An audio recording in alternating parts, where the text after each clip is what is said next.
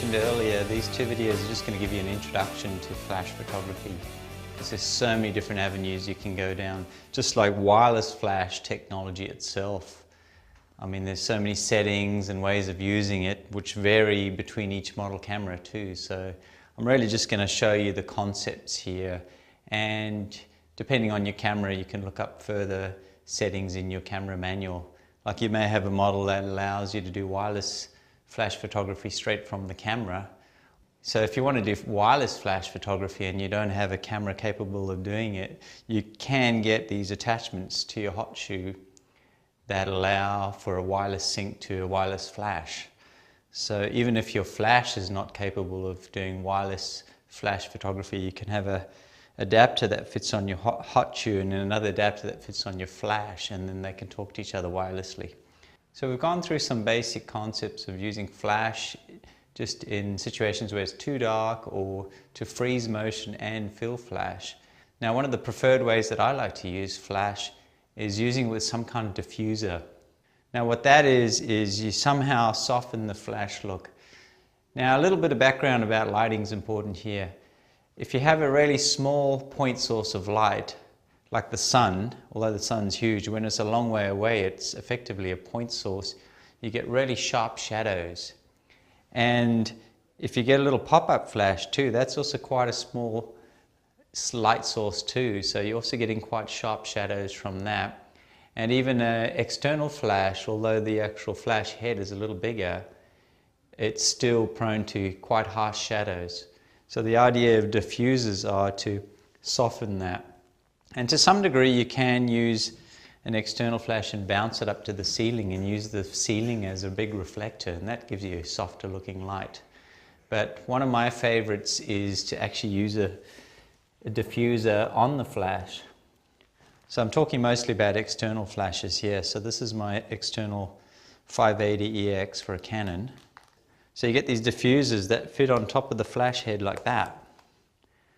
So what that does is, instead of that small surface area, you can now actually aim that up, and that becomes your light source. So you're getting it further away from the lens, and you've got this nice large light source there, plus you're bouncing off the room too. So that really gives you more light coming from different directions, which takes away that harsh shadow look. So what I'm going to do now is I'm just going to show you examples of, first of all, a flash shot with just the pop-up flash. And then I'm going to show you just an example of how you can use this. This is actually part of this diffuser. You can actually put something in front of your pop-up flash to diffuse the light a little, and I'll show you the effect of that. Then I'm going to put a external flash on top here without a diffuser, so you can see the results of that. And then finally I'm going to put a diffuser on, and that way you'll get to see how much difference a diffuser makes. And in the final step to really getting more control over flash photography and getting more creative flash pictures is to start moving your flash off the camera. And that's when you need some kind of cabling system or wire system where you can have the flash away from the camera and be triggered. And so that way you can put the flash anywhere relative to your subject. You're not looking at just front-on flash photographs. You can get some nice, more interesting side lights. So let me show you a couple of those examples. So I'm going to first of all use the pop-up flash, and I'm going to use myself as a subject here. And let's pop that up. So that's how you activate it in this camera. You actually pop it up like that, and now our pop-up flash is activated. And I'm going to set the self-timer mode, so we've got 10 seconds and the flash is going to go off.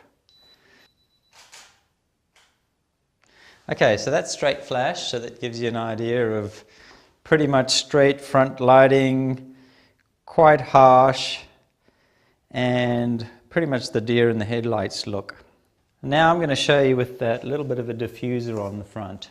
You can actually get diffusers that's attached to your hot shoe and various kinds that slip on, but I'm just going to put this over here just to give you an idea of what a diffuser does. Now of course the pop-up flash is still limited. You're really close to the lens and is limited to how much of a light source you can create with the pop-up flash. Okay, but you will see the difference.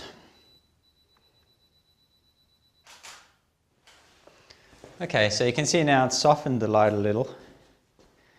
So compared to the previous example where it's kind of quite glaring, now you can see the light's a little softened and the skin tone's a little bit better. And now we're going to put the external flash on without the diffuser. So let's try that out. We'll pop down the internal flash, the pop-up flash there, and we'll slide on this external flash. Put in position, on. So I'm just using ETTL, which is just calculating the lighting required through the camera. I've actually set the camera here to manual, 200th of a second at f2.8 because I want that really shallow depth of field, and 200th of a second, which allows my flash sync to work. This camera can actually do up to 250th of a second, but 200th is fine for our purposes here. Okay, so now we're going to use the through the lens flash, and let's get that ready. Okay. So no diffuser, external flash. We've got quite harsh lighting, but there's a benefit to having that flash slightly removed from the lens center. But still, it's quite stark lighting, and that's the point of the diffuser. We're going to add that diffuser now and see how we can soften that light quite a lot.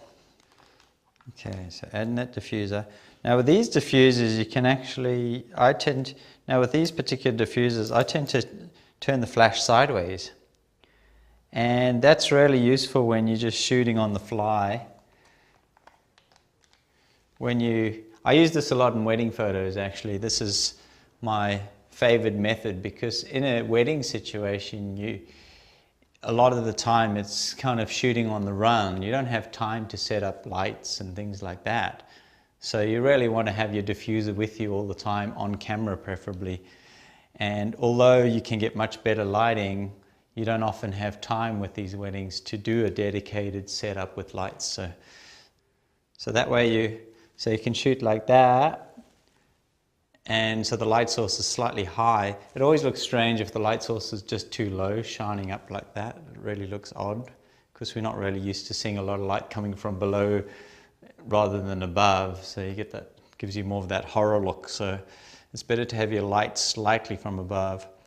And when you shoot sideways, like portrait mode, you can just shoot like that, landscape, and then portrait. So that way your light source is still a little bit above the lens, which is much more flattering. So yeah, really handy to shoot like that. And in a wedding situation, that's really quick. You'll be taking a few shots like that, flip over to that, take a few more shots. Okay, let's hook us back in here and let's show you what I'm talking about. Okay, so now we have our diffuser on, and let's retake that shot with the diffuser on the external flash.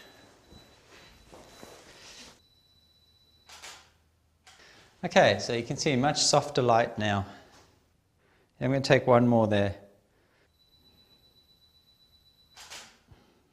So now you can see, like, instead of without the diffuser where we have that really stark deer in the headlights look, now we have a much softer look. That diffuser is bouncing it off the ceiling and it's creating a bigger light source above your lens and making for overall a nice softer shot. Deanie's going to help out with a couple of shots here. So what I'm going to do now too is I'm going to just take one without the diffuser again, so you can see that difference.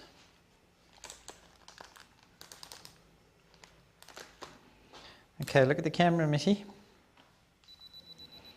Okay, so this is, okay, there we go. So we can see that harsh lighting. And now we'll put the diffuser on and aim it up to the ceiling like that.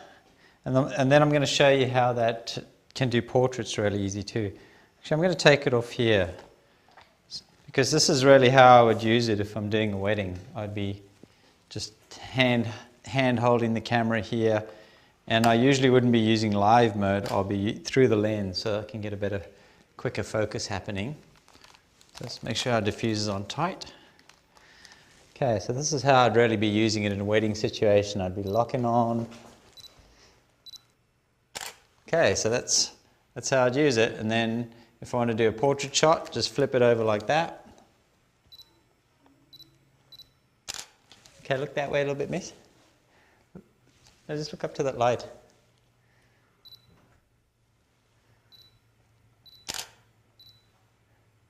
That's it, good. Okay. And now, beauty of this is if you need to turn it down a bit, we can just go into the Q menu here, and down here we have a flash compensation. So let's turn that flash down a bit by a stop and try that again. Whoop. Okay, that's probably a little too much now, because now if you can see that histogram's too far that way, so let's take it back up to just a third of the stop down. So we go into flash, take about a third of the stop off there. Let's try that. There we go. So that's looking a bit better. And let's take it back up to full flash, which seems to be about right. Okay.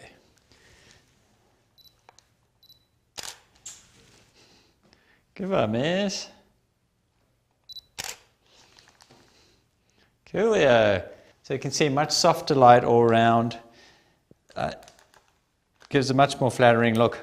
Now what I'm going to show you is the benefit of using off-camera flash now. So we can actually take our main flash unit off here. And now what I'm going to do is I'm going to put it back on the tripod so we can have the camera held in position.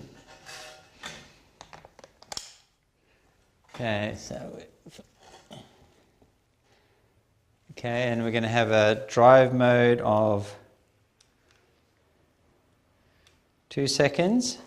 And here I'm going to go quickly into the menu and we set our flash control to external. So there we go, that's our external flash. Menu, enable, great. And now we've got to pop up the flash so that we can use the external setting. Okay, just look into the camera, Missy. Okay, hang on, I've got to get a little bit higher there.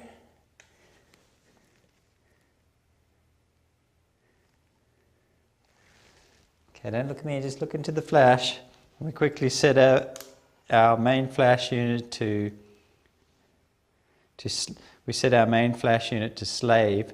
So now we can basically get light from any angle now, using this as a slave unit. There we go. So you can see we start getting more interesting light now. Okay, let's try one from this angle. Okay, look at the camera, miss.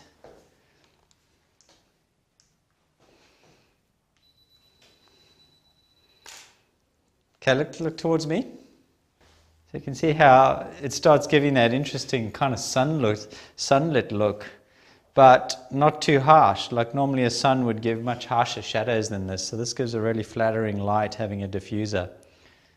So let's try one more from up here.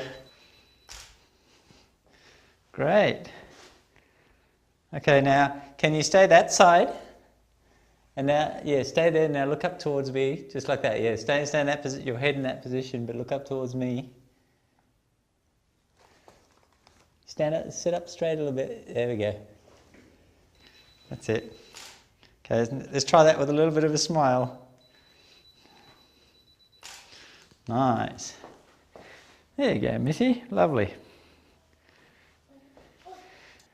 So that really gives you an overview of how using a diffuser on a flash really gives much more flattering light. And I'll talk about a little bit more in the Better Portraits video in the Gold Members section. And like I say, with flash, there's so many settings and things to deal with that really you want to look at your camera manual, see what your camera manual has as far as flash modes go.